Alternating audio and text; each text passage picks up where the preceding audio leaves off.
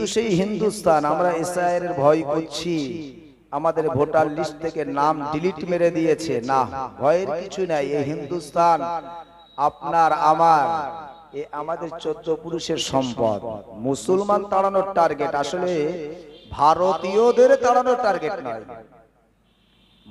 আপনার বাংলাদেশিদের বা পাকিস্তানিদের তাড়ানোর টার্গেট নয়, তাদের টার্গেট হলো মুসলমানদেরকে তাড়ানো। কিন্তু না, মুসলমানের পুরনো ইতিহাস দেখুন, পুরনো ইতিহাস বলছে এই হিন্দুস্তানে সর্বপ্রথম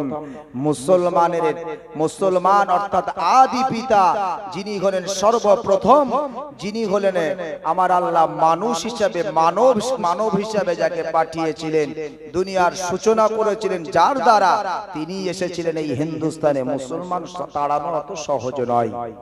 আসলে এটা একটা আসল আপনার একটা দিক উঠে আসছে, কারণ ইতিহাস বলছে, নবীর হাদিস বলছে একটা দিন আসবে আমাদের হাতে সেই পাওয়ার, সেই ক্ষমতা আসবে। তো অত সহজে কি আসে? এইভাবেই তো আমরা হিম্মতদার হয়ে যাব।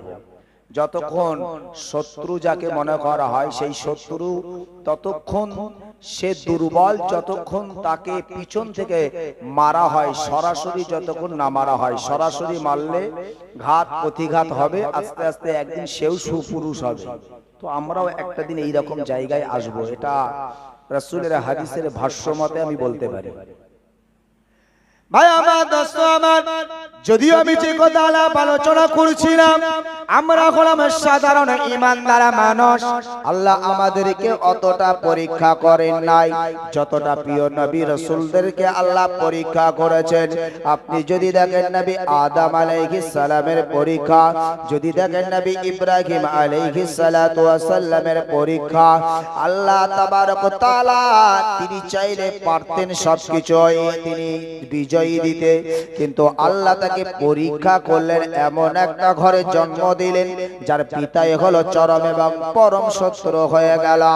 সেই হযরত নবী ইব্রাহিম আলাইহিস সালাতু ওয়াস সালামকে মারবার জন্য নিজ পিতা পরিকল্পনা করে তৎসময়ের বাদশার কাছে তার সন্তানকে মারার জন্য তিনি আগ্রহী হলেন। ভাই আমার, দোস্ত আমার, যদিও ইতিহাস আপনাদের জানা, একটু বোঝানো দরকার এটাই যে আমরা যে পরীক্ষা দিচ্ছি, আল্লাহ যে পরীক্ষা আমাদেরকে নিচ্ছেন, এই পরীক্ষাটা কিন্তু নবী রাসূলদের ঊর্ধ্বে নয়। হযরত নবী ইব্রাহিম আলাইহিস সালাতু ওয়াস সালামের জন্য মারবার জন্য তাকে মারবার জন্য জ্বলন্ত একটা আগুনের জায়গা তৈরি করা হলো। সেই জ্বলন্ত আগুনের ভিতরে নবী ইব্রাহিম আলাইহিস সালামকে পুড়িয়ে মারা হবে। হযরত নবী ইব্রাহিম আলাইহিস সালাম তাকে যখন ঝোলানো হলো, এবার তাকে ঘুরিয়ে ঘুরিয়ে যেখানে নিক্ষেপ করা হবে, হযরত নবী ইব্রাহিম আলাইহিস সালাতু ওয়াস সালামের কাছে ইবলিস তখন এসে ধোঁকা দিলেন। হযরত নবী ইব্রাহিম আলাইহিস সালাম তিনি তখনও বললেন যে রব, যে আল্লাহ আমাকে হায়াত দিয়েছেন, যে আল্লাহ রাখাতে আমার মৃত্যু, সেই রব আল্লাহ তাবারক ওয়া তাআলা তিনি আমি ইব্রাহিম আমাকে যে জ্বলন্ত আগুনে নিক্ষেপ করছি, সেই রব আল্লাহ তিনি দেখতে পান। যদি আল্লাহ আমাকে ভালো মনে করেন তবেই সেই রব আল্লাহ আমাকে বাঁচাতে পারেন। একবার জোরে বলুন সুবহানাল্লাহ।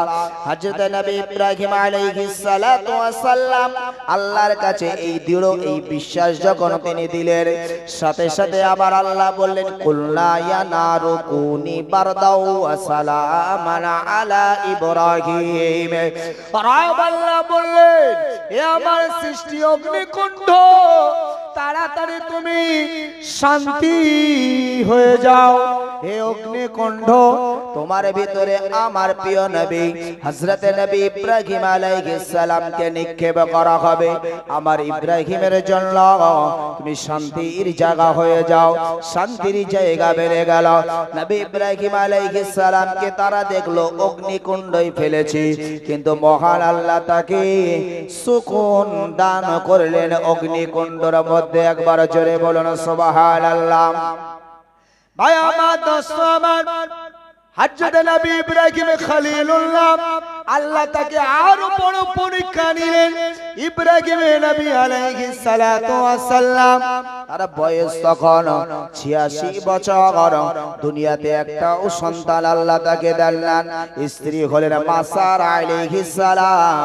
ইতিহাসের পাতায় যে মা সারার কথা বলা হয়েছে, দুনিয়ার ভিতরে সবথেকে সুন্দরী যে নারীরা এসেছিলেন, প্রথম নম্বরে যে নারীর নাম ইতিহাসের পাতায় লেখা হলো, তিনি হলেন সেই জান্নাতি নারী হযরতে নবী আদম আলাইহিস সালামের বাম পাজরার হাড় থেকে জানাকে আল্লাহ সৃষ্টি করেছিলেন, যিনি হলেন আমাদের সকলের আদি মাতা হযরতে মা হাওয়া আলাইহিস সালাতু ওয়াস সালাম। সব থেকে দুনিয়াতে সুন্দর নারী তিনি। দ্বিতীয় নাম্বার যিনি সব থেকে সুন্দর, যার নামটা রাসূল পাক বললেন, হে দুনিয়ার উম্মত উম্মতিরা, দুনিয়ার দ্বিতীয় সুন্দরী নারী হলো হযরতে মা সারা আলাইহিস সালাম, যিনি হলেন জাতির পিতা হযরতে নবী ইব্রাহিম আলাইহিস সালাতু ওয়াস সালামের স্ত্রী।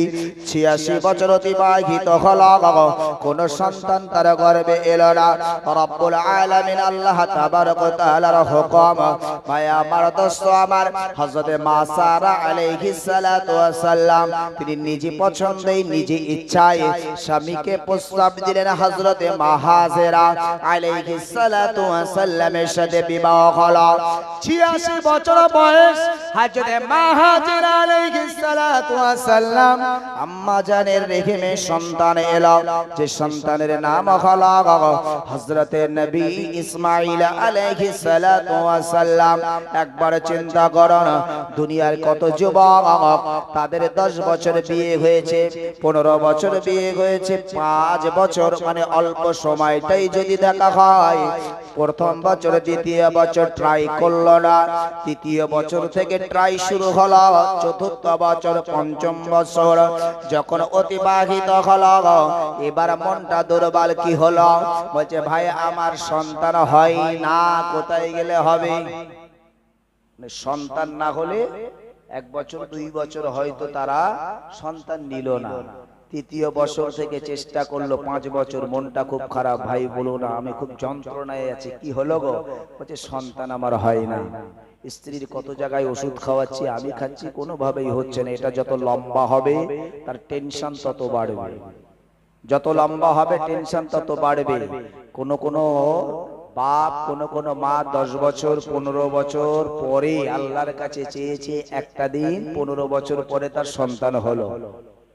সেই সন্তানের প্রতি যে দরদ, সে দরদটা কতটা হবে? অবশ্যই মায়ের কাছে সন্তান সব সমান, কিন্তু বলবে কি যে আমার এই সন্তান আল্লাহর কাছে অনেক কাদা কাটার পরে আমার এই সন্তান এসেছে, এই সন্তান আমার হৃদয়ে। সব সন্তানই হৃদয়ের, কিন্তু এই সন্তানের দিকে আলাদা একটা দৃষ্টিপাত হয়। দাদুই বলবে আমার বড় বৌমার কচি কাঁচা হতো না, 15 বছর পরে হয়েছে, আমার কত আদরের নাতি জানো, ও আমার কত আদরের সন্তান জানো। ভাই আমার দোস্ত আমার, হযরতে মা হাজেরা আলাইহিস সালাতু ওয়াস সালাম হুজুরের সন্তান দুনিয়াতে হলো। এই মা হাজেরা আলাইহিস সালামের বেটার নাম হলো হযরতে নবী ইসমাঈল আলাইহিস সালাম। যে ইসমাঈল আলাইহিস সালামের বংশের হলাম আমরা, কারণ ইসমাঈল নবীর বংশের যিনি নবী তিনি হলেন শুধুমাত্র আমার আপনার নবী প্রিয় রাসূল সাল্লাল্লাহু আলাইহি ওয়াসাল্লাম। সেই নবী ইসমাঈল আলাইহিস সালাম হযরতে নবী ইব্রাহিম খলিলুল্লাহ সর্বদা কোলে পিঠে মানুষ হয়। একদিন আল্লাহ তাআলা তাকে পরীক্ষা নিল, হে ইব্রাহিম আর দেরি নাই, আমি আল্লাহ তাবারক তাআলা তোমাকে বলবো, তোমার প্রিয় বস্তু, তোমার প্রিয় সন্তান আল্লাহ বুঝিয়ে দিলেন। যদি ইতিহাস লম্বা করার নাই প্রসঙ্গ যেটি, সেই কথাটি বলা, হযরত নবী ইব্রাহিমকে বললেন তোমার পছন্দের বস্তুকে আমি আল্লাহ আমার রাস্তায় কুরবানি করো। যদিও তার আগে আল্লাহ আরো পরীক্ষা নিলেন। যখন মা সারা আলাইহিস সালাম মা হাজেরা আলাইহিস সালামের ভিতরে একটু প্রতিহিংসা শুরু হলো। এটা হয় এক ঘরে দুটো বউ হলে হয়, যার দিকে একটু বেশি নজর যাবে অন্য বিবির তার মনে কষ্ট হবে। এটা হয়েছিল মা সারা আলাইহিস সালামের। আজকে আমরা যে নাকের পরা ইতিহাস কোথা থেকে পেলাম? নাকের পরা ইতিহাস কোথায় পেলাম? এটা তো সুন্নত, ঠিক, সুন্নাত ঠিক, কিন্তু আমরা সুন্নত মানেই মনে করি যে নবী এটা করেছেন, নবী এটা করতে বলেছেন। না, অবশ্যই এটা শরিয়াত, কিন্তু এই সুন্নাতটা হযরতে মা হাজেরা আলাইহিস সালামের সুন্নাত। বলুন সুবহানাল্লাহ। তো মা সারা আলাইহিস সালাম এবং হাজেরার সাথে একটু দ্বন্দ্ব মতনৈক্য শুরু হলো ভালোবাসা নিয়ে, কারণ তার সন্তান আছে, তার দিকে বেশি নজর থাকে। মা হযরতে নবী ইব্রাহিম আলাইহিস সালামের একটা মাসারার দাবি। তো এই রকম ঘটনার পরে আল্লাহ তাকে আদেশ করলো, তুমি তোমার সন্তানকে অমুক স্থানে রেখে এসো, যে স্থানটা হলো একেবারে কাবার শরীফের পাশে, যেখানে সাফা ও মারওয়া পাহাড় আছে, ঠিক এইরকম একটা স্থানে হযরতে মা হাজেরার সাথে একা নিরালায় যেখানে রেখে আসছেন। আপনি বলুন, আজকে যদি নিজ সন্তান এইরকম একটা জায়গায় যায় যেইখানে গেলে একটু রিস্ক আছে, এখন এইরকম জায়গা নেই, জঙ্গলের মধ্যে একাকী ছেড়ে আসছেন আল্লাহর আদেশে, আল্লাহর হুকুমে, অনেক ধৈর্যের পরিচয় দিয়ে নিজ সন্তানকে, আর পিছনের দিকে তিনি তাকাননি, সোজা তাকিয়ে বেরিয়ে এসেছেন। কারণ আল্লাহ আদেশ করেছে তুমি অমুক স্থানে রেখে এসো। তো মা হাজেরা আলাইহিস সালামের কাছে বনবাসে তিনি রেখে এলেন। সেই মা হাজেরা আলাইহিস সালামের কাছে টুকটুক করে বড় হলেন। একটা সময় হলো, তোমার প্রিয় বস্তুকে আমার কাছে কুরবানি করো। নিজ সন্তানকে আল্লাহ চাইলেন, তিনি তাতেও প্রস্তুতি হলেন। মহান আল্লাহ তাবারক ওয়া তাআলা নবী ইব্রাহিম আলাইহিস সালামের কাছ থেকে কুরবানি চেয়েছিলেন, কিন্তু তিনি কুরবানি নেননি। আল্লাহ তাকে কুরবানি হতে দেননি। আল্লাহ জান্নাত থেকে একটি পশু দ্বারা তাকে কুরবানি আল্লাহ গ্রহণ করেছিলেন। বলুন সুবহানাল্লাহ। আল্লাহ চেয়েছিলেন, আল্লাহ যে হে ইব্রাহিম, তুমি আমি আল্লাহ, আমার জন্য তোমার হৃদয়, তোমার ত্যাগ কতটা, এটা আমার দেখার ছিল। জোরে বলুন সুবহানাল্লাহ। আসলে সন্তানের কুরবানি এটা আমি চাইনি, কিন্তু তিনি তো নিজ জায়গায় তিনি অটুট ছিলেন, নিজ সন্তানকে কুরবানির প্রস্তুতি নিয়েছিলেন। নবীদের দ্বারা পরীক্ষা। ভাই আমার, দোস্ত আমার, যদি এক এক করে বলা হয়, নবী আইয়ুব আলাইহিস সালাতু ওয়াস সালাম দীর্ঘদিন ধরে অসুস্থ ছিল, বিমারি ছিল, কয়েক বছর। ভাই আমার, দোস্ত আমার, তার শরীরের অসুস্থতা হবার পরেও কখনো আল্লাহর কাছে দোয়া চাইনি, হে আমার রব, হে আমার স্রষ্টা, হে আমার মালিক আল্লাহ, আপনি আমার এই অসুস্থ থেকে আপনি শিফা দান করুন। তিনি বারবার বলেছিলেন, আল্লাহর ভালো লেগেছে তাই তিনি দিয়েছেন।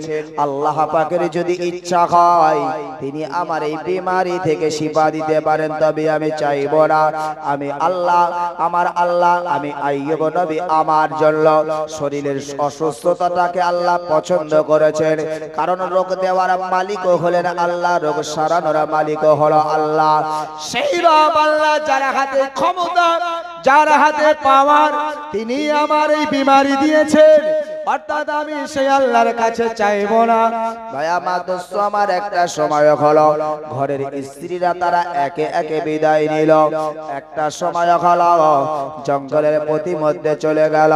ভাই আমার, দোস্ত আমার, তার সন্তানেরা, তার যারাই ছিল, তার প্রতিবেশী, তারই যারা সেনা সৈন্য ছিল, একটা সময় ঘর থেকে বার করে জঙ্গলে রেখে এলো। যিনি হযরতে নবী আইয়ুব আলাইহিস সালাম, তত সময়ের একজন বাদশা ছিল, যার হাতে রাজ ক্ষমতা, রাজ পাওয়ার ছিল। আবার তাকে সেই সেনা সৈন্যরা জঙ্গলের মধ্যে ফেলে রেখে এলো। তার শরীরের ভিতরে বদবু গন্ধ শুরু হয়ে গেল। কেউ গ্রামে পাড়াতে থাকতে পারে না। সেই আইয়ুব নবী আলাইহিস সালাতু ওয়াস সালাম দীর্ঘদিন আল্লাহর পরীক্ষা দিলেন, কিন্তু কোনোদিন আল্লাহর কাছে চাইলেন না। হযরত নবী আইয়ুব আলাইহিস সালাতু ওয়াস সালাম পরিশেষে তার ঠোঁটের উপরে যখন এই ঘাস শুরু হলো, পচন শুরু হলো, এই ঠোঁটটার নাড়বার মতন শক্তি আর রইল না। আল্লাহর দরবারে একদিন তিনি ডেকে বললেন, হে আমার রব, হে আমার স্রষ্টা, হে আমার মালিক আল্লাহ, আপনি আমার এতদিন শরীরে এত অসুস্থতা দিয়েছেন, কোনোদিন আমি আপনার কাছে চাই নাই, কিন্তু আজকে আপনি আমার ঠোঁটের উপরও এমন বিমারি দিয়েছেন, আমি যে আপনার নামের জিকিরটা করব ঠোঁটটা নাড়িয়ে, এমন শক্তিও আমি হারিয়ে ফেলেছি। আল্লাহ, আল্লাহ, আপনি অন্তত আমার এত এতটা বিমারি থেকে শিফা দিন যেন আপনার জিকির, আপনার ফিকির, আপনার রবের আপনার জিকিরটা যেন অন্তত আমি করতে পারি। রব আল্লাহ তাবারক ওয়া তাআলা বললেন, হে আইয়ুব, আমি আল্লাহ আমার কাছে তোমার যে পরীক্ষা নেওয়ার ছিল সেই পরীক্ষায় তুমি উত্তীর্ণ হয়ে গেছো। আমি আল্লাহ তাবারক ওয়া তাআলা এবার তোমার জন্য শিফার ব্যবস্থা করব। হযরত নবী আইয়ুব আলাইহিস সালাতু ওয়াস সালাম হুজুরের পায়ের গোড়ালি দিয়ে মাটিতে আঘাত করতে বললেন। মাটিতে আঘাত করবার সাথে সাথে জমিন থেকে পানির ফোয়ারা উঠতে শুরু হলো। হে আইয়ুব, আর দেরি নয়, এই পানি দ্বারা তোমার শরীরকে ধৌত করো। পানি দ্বারা শরীর যখন ধৌত করতে লাগলেন, পরিশেষে দেখা গেল হযরত নবী আইয়ুব আলাইহিস সালাতু ওয়াস সালাম যার শরীরে খালি ঘা নয়, পচন শুরু হয়েছিল, শরীরের উপরে পোকামাকড় গোস্ত মাংসগুলো কামড়ে কামড়ে খাচ্ছিল। এমন অবস্থার অসুস্থতা থেকেও আমার আল্লাহ ওই পানিকে শিফা হিসাবে কবুল করে তার শরীরের সেই বিমারি থেকে হেফাজত করলেন। কিন্তু পরীক্ষা তার জন্য যে কঠিন ছিল সে পরীক্ষা কিন্তু আমাদের জন্য নাই। এই পরীক্ষা আমাদের আছে নাকি? নাই। আমাদের জন্য সামান্য সামান্য আল্লাহ পরীক্ষা করেন। যে যত বড় ইমানদার, যে যত বড় ওলি হবে তার জন্য তত বড় পরীক্ষা। যদি আমাদের জন্য যেগুলো হয় আমরা তাই অস্থির হয়ে যাই, আল্লাহ দুনিয়ার এত মানুষ আছে তুমি তার দেখতে পাও না, আমার দেখো। এত মানুষ দুনিয়াতে আছে তার বিপদ হয় না, ওই অমুক সে নামাজ পড়ে না, রোজা রাখে না, ওই মানুষটা এইরকম পাপ করে, আল্লাহ তুমি তার সংসারে বা তার এই মুসিবত দাও না, আমাকে কেন তো দাও না। আল্লাহ পরীক্ষা নেয়। যত আপনি ইমানদার হবেন, যত আপনি আল্লাহকে ডাকবেন, আল্লাহ তত আপনাকে পরীক্ষা নেবে। পরীক্ষা নিলে তো লস নেই, যত পরীক্ষা নেবে তত পরীক্ষার ফলাফল আসবে। আল্লাহ যত পরীক্ষা নেবে সেই পরীক্ষায় যখন আপনি উত্তীর্ণ হবে, আপনার খাতায় আপনার পরীক্ষার রেজাল্ট আপনার খাতাতে জমা হবে। জোরে বলুন সুবহানাল্লাহ। আজকের বর্তমান সময়ে দাঁড়িয়ে এবার আপনাকে আমাকে ভাবতে হবে যে জামানাতে আমরা এসেছি, এই জামানায় আমাদের সম্মুখে কত পরীক্ষার আল্লাহ আমাদেরকে রেখেছে। যে পরীক্ষাগুলো হলো লিগ্যাল, কারণ আল্লাহ আমাদেরকে এমন একজন আল্লাহর সৃষ্টি বানিয়েছেন যে আল্লাহ সৃষ্টি সেরা হিসাবে কবুল করেছেন। বলুন সুবহানাল্লাহ। কেন? যে আল্লাহ আমাদের জ্ঞান বুদ্ধি বিবেক দিয়েছে। আল্লাহ দুনিয়ার মানুষ আমি এত জ্ঞান বুদ্ধি বিবেক দিয়েছি, তোমরা যদি দুনিয়াতে ভালো মন্দ সবগুলিকে যদি তোমরা একবার অ্যানালাইজ করো তাহলে তোমরা বুঝতে পারবে যে তোমাদের ভালো মন্দ থেকে বাঁচার রাস্তাও আমি আল্লাহ রেখেছি তোমাদের।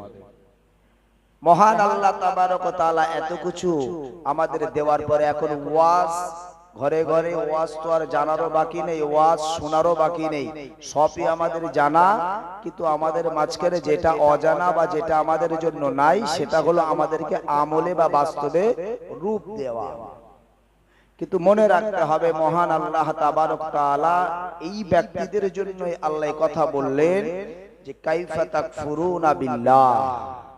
সব তোমরা জানো, সব তোমরা বোঝো, নামাজ পড়তে হবে, রোজা রাখতে হবে, আমল করতে হবে, এটা করতে হবে, ওটা করতে হবে, এটা ছাড়তে হবে, মদ খাওয়া যাবে না, সুদ খাওয়া যাবে না, ঘুষ খাওয়া যাবে না, পিতা মাতার সাথে অসৎ আচরণ করা যাবে না। এই জানার পরেও তোমরা যারা মানছো না, তাই আল্লাহ তাদেরকেই বললেন কাইফা তাকফুরুনা বিল্লাহ, তোমরা আমাকে কিভাবে অস্বীকার করো, কিভাবে তোমরা আমাকে অস্বীকার করো। এইসব জানার পরেও পরেই আল্লাহ বলছে বান্দা তোমরা এত নালায়েক, অকুনতুম আমওয়াতান, একটা দিন তোমরা তোমাদের ভিতরে জীবনও ছিল না, তোমরা সব মরা ছিলে, তোমাদের ভিতরে জীবনটাও ছিল না, তোমরা মরা ছিলে। ভাই আমার দোস্ত আমার, আমরা যখন মায়ের রেখে এসেছিলাম, মায়ের রেখে আসার সাথে সাথে আমরা কিন্তু রুহুটা পাই নাই।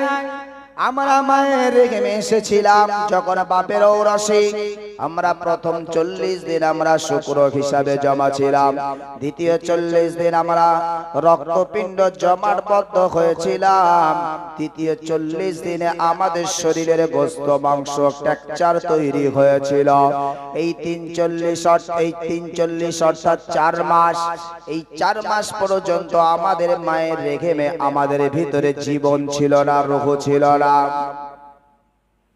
ভাই আমার দোস্ত আমার, 4 মাস পরে আমার আল্লাহ বললেন, হে আমার বান্দা, কখন আমরা মরা ছিলাম আল্লাহ সেই কথা বলছেন। অকুন্তম আমওয়াতান, তোমরা মরা ছিলে কতদিন? 43 অর্থাৎ 4 মাস।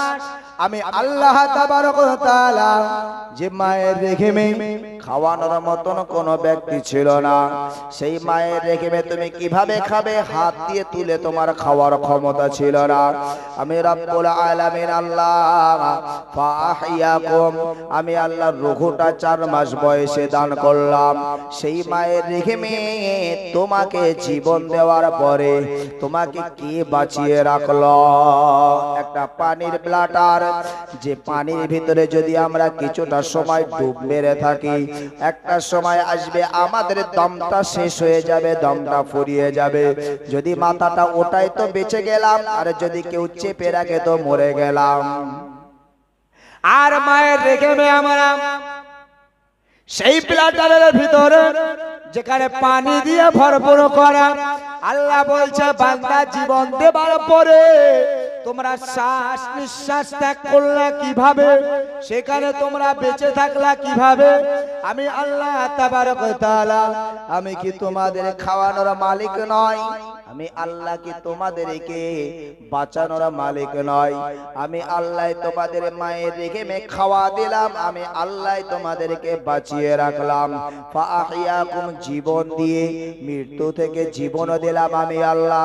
আবার জীবন দেওয়ার পরে আমি আল্লাহ তোমাদের মায়ের রেখে বাকি সময়টা আমি আল্লাহ খাবার ব্যবস্থা করে তোমাদেরকে মায়ের রেখে টুক টুক টুক টুক করে বড় করলাম। বান্দা কাইফা তাকফুরুনা বিল্লাহ, তারপরেও তোমরা আমাকে কিভাবে অস্বীকার করো? কিভাবে তোমরা তারপরে আমাকে অস্বীকার করো? তবে মনে রাখো বান্দা, আমি তো আমার মাবুদ আল্লাহ জানিয়ে দিলাম, দুনিয়াতে তুমি যত লাফালাফি করো না কেন, যতই তুমি ছটফট করো না কেন, আমি রব্বুল আলামিন আল্লাহ ছাড় দিয়েছি। তবে আমি আল্লাহ তোমাদেরকে কিন্তু একেবারে ছেড়ে দেই নাই। আমি আল্লাহ জীবনটা দিয়েছি। একদিনে দুনিয়াতে এলে টুকটুক করে বড় হলে, চোখটা ফুটে গেল, দুনিয়া চিনে গেলে, রোজগার করতে আমি আল্লাহ আমার দয়ায় তোমরা শিখলা, কিন্তু আমি আল্লাহ আমার কৃতজ্ঞতা আদায় করলাম না। তোমার ঘরে টাকা জমে গেল, অর্থের মালিক হলে সুন্দর বালাখানায় তুমি আরাম করো, এসির ভিতরে ঘুমাও, কিন্তু আমি আল্লাহ তোমরা আমার কৃতজ্ঞতা আদায় করলা না। আমি আল্লাহ তোমরা আমাকে ভুলে গেছো। তবে মনে রাখো বান্দা, জীবন যেমন আমি আল্লাহ দিয়েছি, আমি আল্লাহ তোমাদেরকে জীবন দিয়ে ছাড় দিয়েছি, কিন্তু আমি আল্লাহ ছেড়ে দেই নাই। সুম্মা ইউমিতুকুম, আবার একদিন আমি আল্লাহ আমার হাতেই তোমাদের মৃত্যু হবে। মরাই ছিলে, আমি আল্লাহ জীবন দিয়েছিলাম, জীবন দেওয়ার পরে আমি আল্লাহ ছাড় দিয়েছি, তবে ছেড়ে দেই নাই। আবার মৃত্যু কিন্তু তোমাদের হবে, আমি আল্লাহ আমার হাতেই তোমাদের মৃত্যু হবে। দুনিয়ার মানুষ আজকে শিক্ষিত হয়েছে, দুনিয়ার মানুষ বড় বড় বিজ্ঞানী হয়েছে, কিন্তু বিজ্ঞানের ক্ষমতা নাই যে একটা মানুষকে সারা জীবন বাঁচিয়ে রাখবে। যদি তাই হতো, বর্তমান যুগের যিনি ভাই আমার দোস্ত আমার, আমেরিকার যিনি পাওয়ারম্যান, যিনি হলেন যার নাম ডোনাল্ড ট্রাম্প, যিনি বড় বড় কথা বলেন, যার ভিতরে শয়তানি স্বভাব, সেই ডোনাল্ড ট্রাম্প যার বয়স হয়ে গেছে প্রায় 86 বছর বয়স তার, যার এই মুসলমানদের উপরে 86 বছর বয়সের বড় হিংসা বিদেশে ভোলে নাই, সেই ডোনাল্ড ট্রাম্প তার বাঁচার জন্য আগে উপায় খুঁজত। সেই উপায় খোঁজার পরে ওর যা জবান, ও আগেই বলে দিত আমাকে কেউ মারতে পারবে না।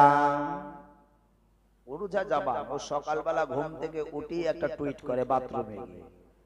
ও ঘর থেকে সকালবেলা উঠেই বাথরুমে বসে বসে আগে একটা টুইট করে নেয়, মানে যা আসে তাই বলে দেয়।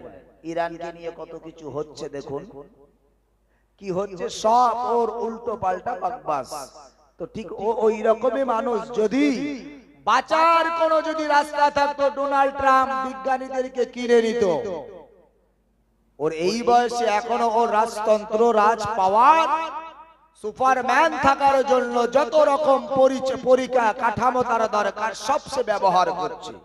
আর বাঁচার জন্য ওর কি ইচ্ছা হয় না? যদি সেই সুযোগ থাকতো যে না, মানুষের হাতে, বিজ্ঞানীদের হাতে, যে কে কতদিন বাঁচবো, সারা জীবন দুনিয়াতে থাকতে চাইলে সারা জীবন থাকতে পারবো, এইরকম একটা চিন্তা চেতনার ভিতরে আসে না? আসে, কিন্তু সেই উপায়টা তার নাই। নাহলে মুখে কবেই বলে ফেলতো যে আমি বাঁচবো, আর টেনশন নাই, বিজ্ঞানী পেয়ে গেছি, আমি এতদিন বাঁচবো। ভাই আমার, দোস্ত আমার, কারণ কোরআনের বিধানকে লঙ্ঘন করার মতো ক্ষমতা দুনিয়ার কোন মানুষের নাই। কেউ দুনিয়াতে চিরদিনে বাঁচবে না। প্রতিটা মানুষ একদিন না একদিনে মারা যাবে। সেই মহান আল্লাহ তাবারক তাআলার হাতে, যার হাতে মৃত্যু, সেই দয়াময় মাবুদ আল্লাহ বলে রেখে আমার গোলাম, হে আমার বান্দারা মনে রাখো, ফাইদা জা আজালুকুম লা ইস্তাখিরুনা সাআতাও ওয়া লা ইস্তাকদিমুন। না হে দুনিয়ার বান্দা, তোমরা দুনিয়ার যত বিজ্ঞানীর জ্ঞান নাও না কেন, যত বিজ্ঞানীর পরামর্শই নাও না কেন, যে বিজ্ঞানের ও দাওয়াই তুমি পান করো না, আমি আল্লাহ জানিয়ে দিলাম না, না, যে সময়টা আমি আল্লাহ তোমাদের জন্য মৃত্যু নির্ধারিত রেখেছি, সেই সময়ের একটা সেকেন্ড আগে পরে নয়, বরং যথা সময় তোমাদের কাছে আমার পক্ষ থেকে মালাকুল মউত হযরত আজরাইল আলাইহিস সালাম তোমাদের মাঝে পৌঁছে যাবে। যত সময় তোমাদের মৃত্যু বরণ হবে, মৃত্যু থেকে তোমরা কেউ রেহাই পাবে না। ভাই আমার, দোস্ত আমার, আজকের দিনে যদি আমাদের সেই মৃত্যুর স্মরণ, সেই মৃত্যুর ভয় থাকতো, যে আল্লাহর হাতে মৃত্যু আমাদের, যে আল্লাহর নির্ধারিত সময়টাই হবে আমাদের জন্য বাঞ্ছনীয়, কিন্তু আজকে আমরা যদি তার বাস্তবতা, তার যদি বিশ্বাস, যদি সত্যিকারের অর্থে আমাদের হৃদয়ে দৃঢ়তা থাকতো, তাহলে কিন্তু আমরা আমাদের ইচ্ছা মতন জীবন যাপন করতাম না। করছি তো আমরা তাই। মরণের কথা মনে আছে কার? কারোর তো মৃত্যুর কথা মনে নাই। যদি মৃত্যুর কথা মনে থাকতো, মদের বোতল হাতে থাকতো নাকি যে মরতে হবে? অন্তত মৃত্যুর কথা, মৃত্যুর কথা মনে হলে মদের বোতল যখনই হাতে আসবে, হাই রে আজকে আমি খাচ্ছি, কিন্তু আল্লাহ যদি এক্ষুনি আমার মৃত্যু দেয়, এই মদ পান করার পরই যদি আমাকে আল্লাহ মৃত্যু দেয়, তাহলে আমার অবস্থা কি হবে? কারণ রাসূল বলেছে যে যে হালাতে মৃত্যুবরণ করবে, আল্লাহ তাকে সেই হালাতে তুলবে। মরণের পরে যদি কেউ মদ পান করে যদি মারা যায়, বিশ্বনবী আমরা বললেন ওই মানুষটাকে যখন কবরে ওঠানো হবে, সময়টা হবে আসরের ওয়াক্ত। যদি মারা যায়, যদি ফজরের পরে যদি তাকে জানাজা করা হয়, আরে কাছে সময়টা হবে আসরের ওয়াক্ত। বিশ্বনবী আমার বললেন, হে আমার উম্মত উম্মতিরা, কবরে ওঠানোর পরে ওই মানুষটা একজন নেশাগ্রস্ত মদ্যপানকারী হিসাবে কবরে তাকে ওঠানো হবে। ভাই আমার, দোস্ত আমার, কবরে গিয়ে আর নতুন করে তার কাছে মালাকুল মউত বা আল্লাহর ফেরেশতা, তাদেরকে আর নতুন করে আর পরীক্ষা নেওয়া লাগবে না। কারণ গেলেই বুঝতে পারবে জিনিস আমি চিনতে পেরেছি, একে দেখলেই চিনতে পারবে। এখন যদি সিম্বল হিসেবে বলি, এ দেশের একটা জাতি আছে যাদের মাথায় থাকে পাকড়ি, হাতে থাকে বালা, সর্বদা পরে থাকেন, যাদের শরীরে বেশিরভাগ তারা পাঞ্জাবি তারা পরিধান করে, এদেরকে আমরা বলি শিখ ধর্মের মানুষ, পাঞ্জাবি যাদেরকে বলি। এদের সিম্বল দেখে আমরা চিনতে পারি। মুসলমান দাড়ি রাখে, তবে অমুসলিম ভাইয়েরাও দাড়ি রাখে, কিন্তু মুসলমান ভাই যখন দাড়ি রেখে পাঞ্জাবি পরে মোটামুটি তার একটা কাটিং আছে, রাস্তায় আমরা দেখি মানুষ না চিনলেও সালাম দিই, তার মানে কি ধারণা আছে মানুষটা মুসলমান। তো এটা একটা ব্যাপার, সিম্বল দেখে বোঝা যায় যে মানুষটা কি। তো কিয়ামত কবরে যখন আমরা মদ পান করে উঠবো, ফেরেশতা বুঝতে পারবে না যে কি জিনিস ছিল, তার মানে তাকে আর জিজ্ঞাসা করার প্রয়োজন হবে না। কবরে পালিশ শুরু হবে, যে যে হালাতেই দুনিয়া থেকে বিদায় নেবে। বেনামাজি হয়ে যাবেন তো কবরে গিয়ে আপনার বেনামাজি হয়েই উঠতে হবে। কবরে যাবেন, আপনার ভিতরে সুন্নাতের পাবন্দি নাই, আপনার ভিতরে ফরজের খেলাফ আছে, আপনি সেই খেলাফ অনুযায়ী কবরে উঠবেন। কিন্তু আমরা উদাসীন, মৃত্যুর কথা মনে নাই। যদি থাকতো তাহলে আমরা যখনই পাপের কাজ করতাম অন্তত মৃত্যুর কথা একবার মনে পড়তো। আর মৃত্যুর কথা মনে পড়লে সে মানুষটা তৎক্ষণাৎ তক্ষণই ওই মানুষটা ওই পাপ থেকে সরে আসে।